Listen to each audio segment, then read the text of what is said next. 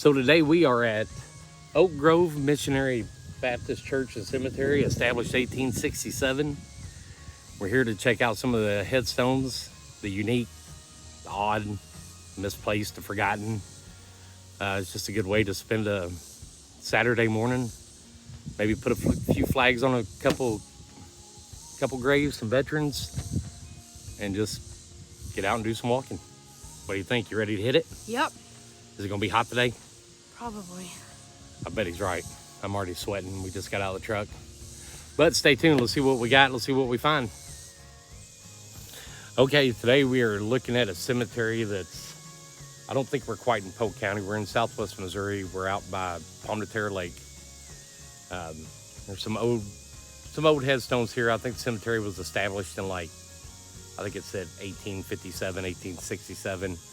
So we know we're going to find some tombstones around them, but there were some in here. We've already kind of made a little lap around it. Some that were pretty unique, some kind of cool.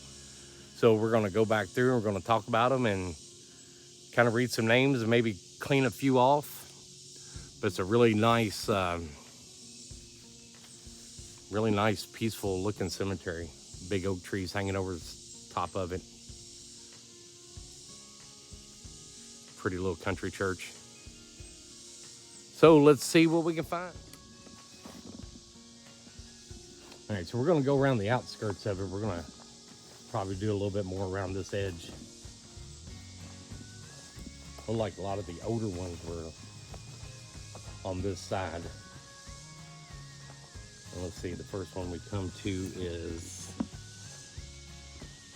Sally F., wife of S.O. Turk, June 27th, 1870, died February 12th, 1893.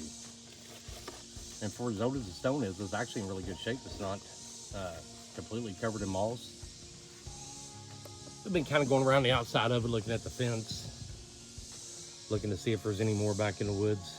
I didn't really see anything. Seen a few of these bricks laying around. Let's see.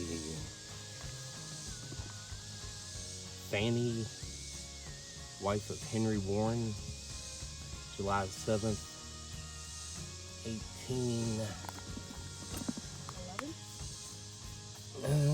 think it's 1814 and 1906. Give me that little brush out of the backpack. Let's read epitaph on it. See if we can clean it off.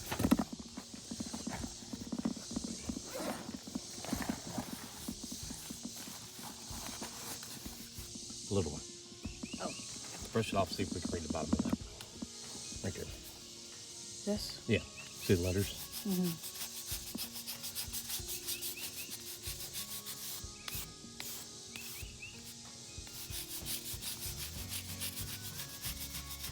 Sleep.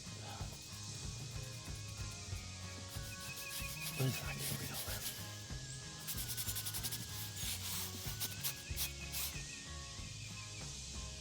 Sleep by last sleep. Free from care and sorrow.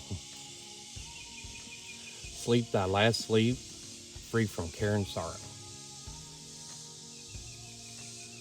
Kind of cool.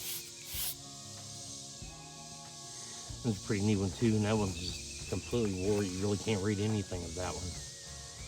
I can see 1816, August 16th, 1816. It's kind of hard to make out a name on it. Let's go to these right here.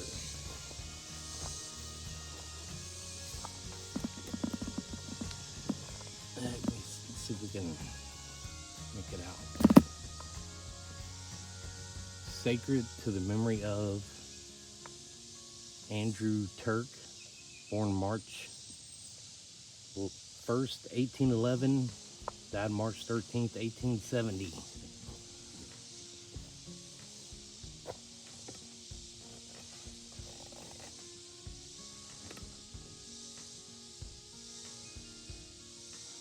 Can't really read the epitaph on that one either. And it has the the Mason symbol on it, square and compass. kind of a neat one.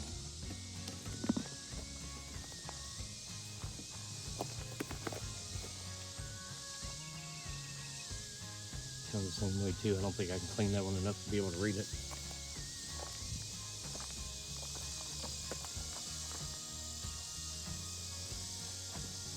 Margaret, wife of Andrew Turk, born March 10th, 1826.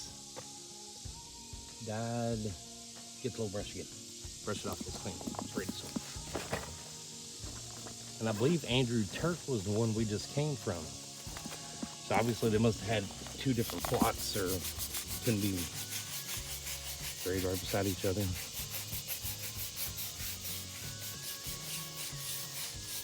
Get that really bright flashlight.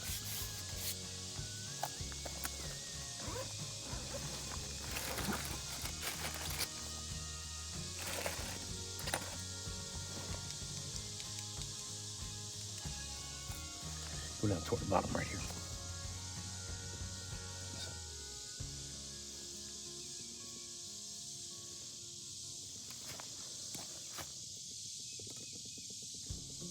Try to get.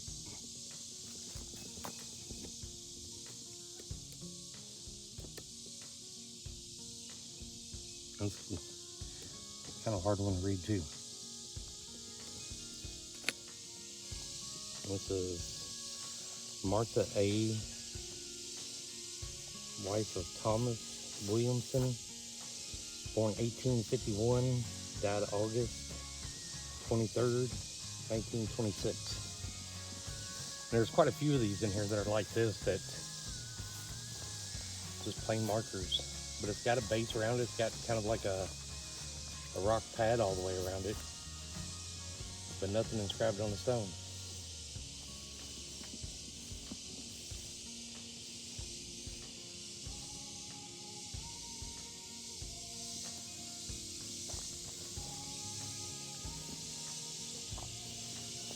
Martha Buckner, September 13th, 1957, March 17th, 1857. In 1935? Yeah, March 17th, 1935.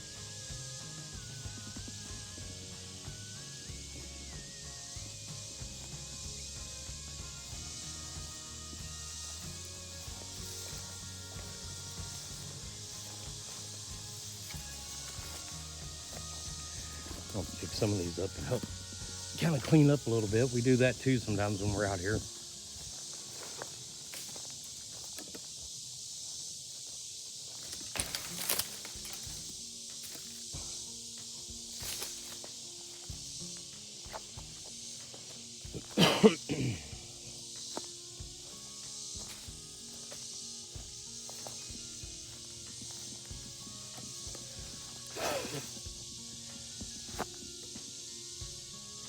Mary D. Richards, May 31st, 1842 to May 20th, 1884. Barbara Dorothy Lightfoot Richards, June 3rd, 1843 to January 28th, 1912. They're buried right between these two.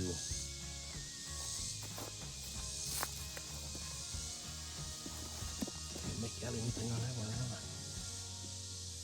Marty Richards. I think maybe this was their original. Maybe their original gravestones, and then this was placed later.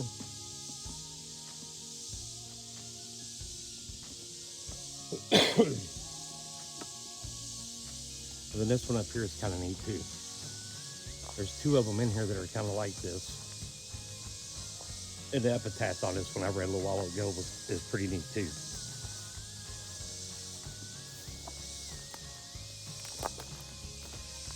There's a couple old markers inside of it. Not really sure what they would be for. If those are part of the original ones or part of their family, maybe those are.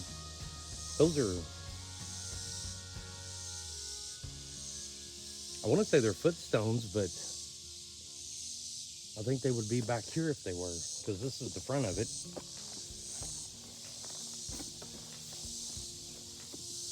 John B., December 24th, 1845 to October 28th, 1928.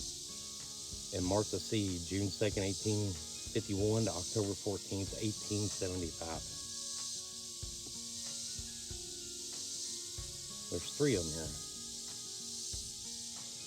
Lonnie, August 22nd, 1875 to October 7th, 1875. So probably their child.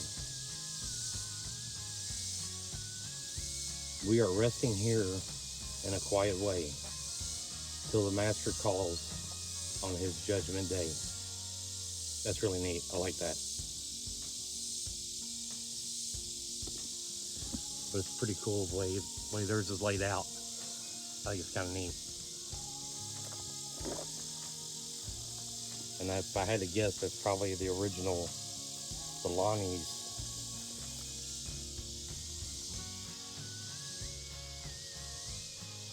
It is. You can just barely make out Lonnie on that one.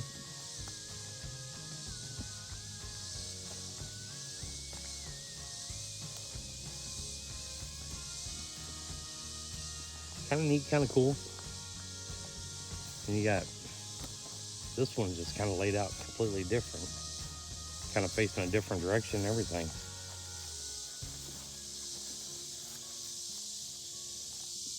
And this one is John Carroll, January 29th, 1847 to March 22nd, 1917.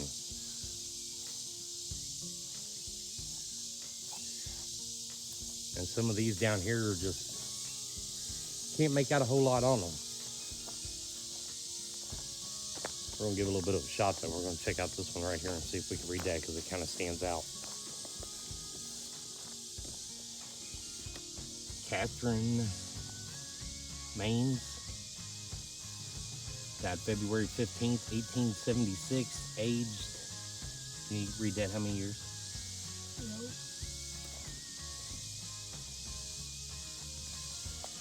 18 years? Yeah. Yeah, 18 years.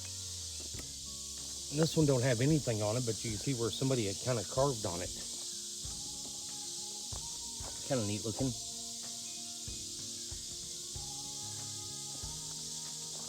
And the next one, Martha Maines died June 18th, 1880, aged 24 years.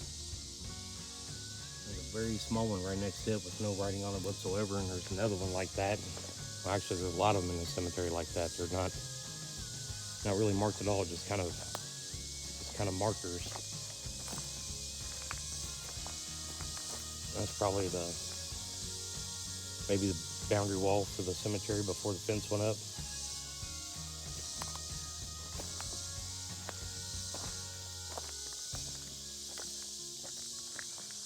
Our Little Angel, Herbert Elmer, July 4th, 1889, aged 8 months, 8 years and 2 months. No, 8 months and 2 days.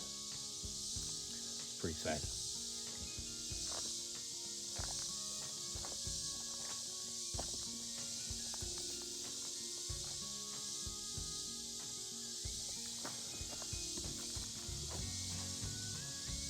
November 22nd, 1810, December 31st, 1879.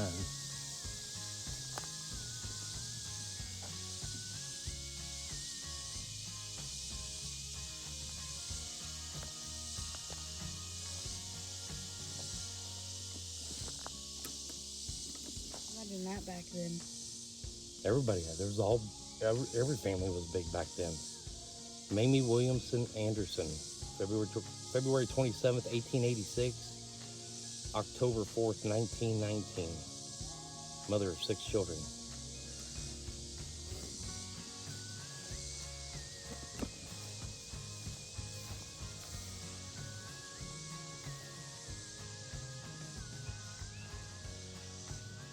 There's a couple bigger ones back here I wanted to look at too, and I can't really remember where I see them at.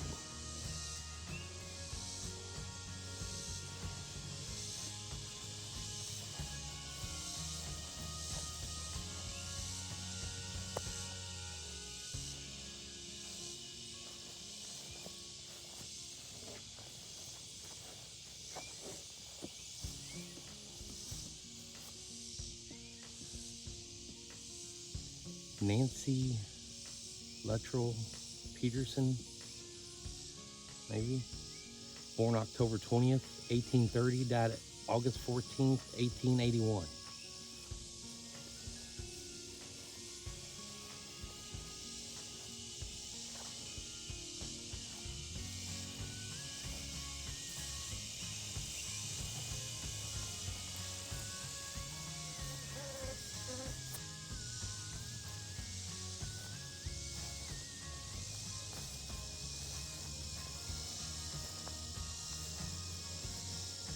John W. Blue, 1864 to 1948.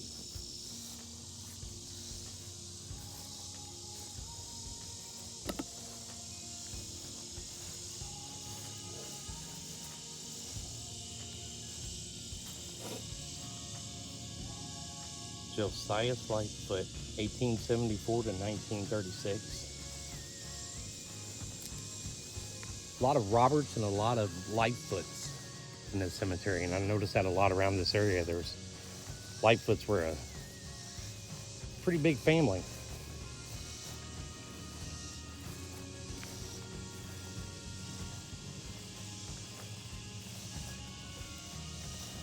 And Pitts. David Pitts, born February 8th, 1826, died January 7th, 1890.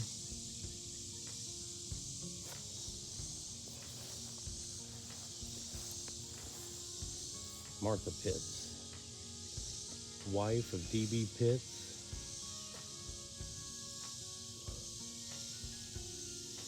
Not a whole lot you can read on that one.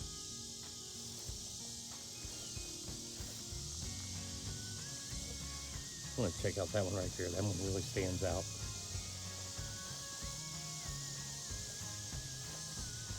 And it's another one that's kind of in its own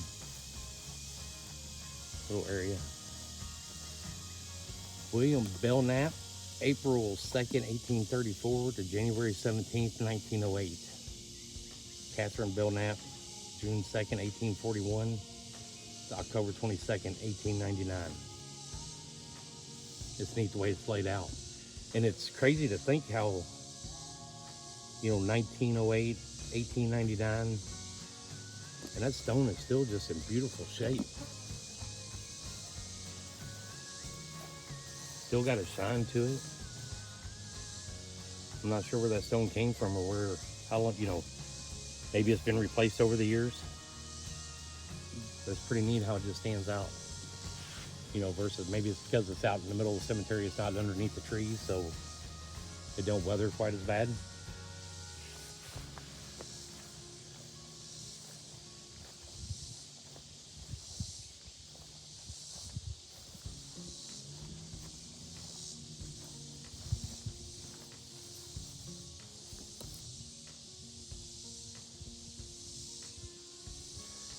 It's a neat, pretty little quiet cemetery.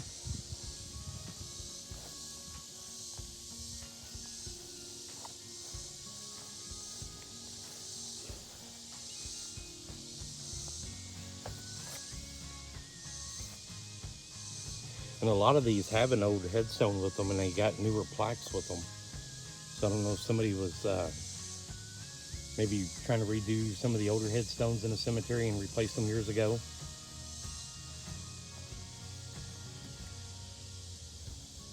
That's a pretty cemetery.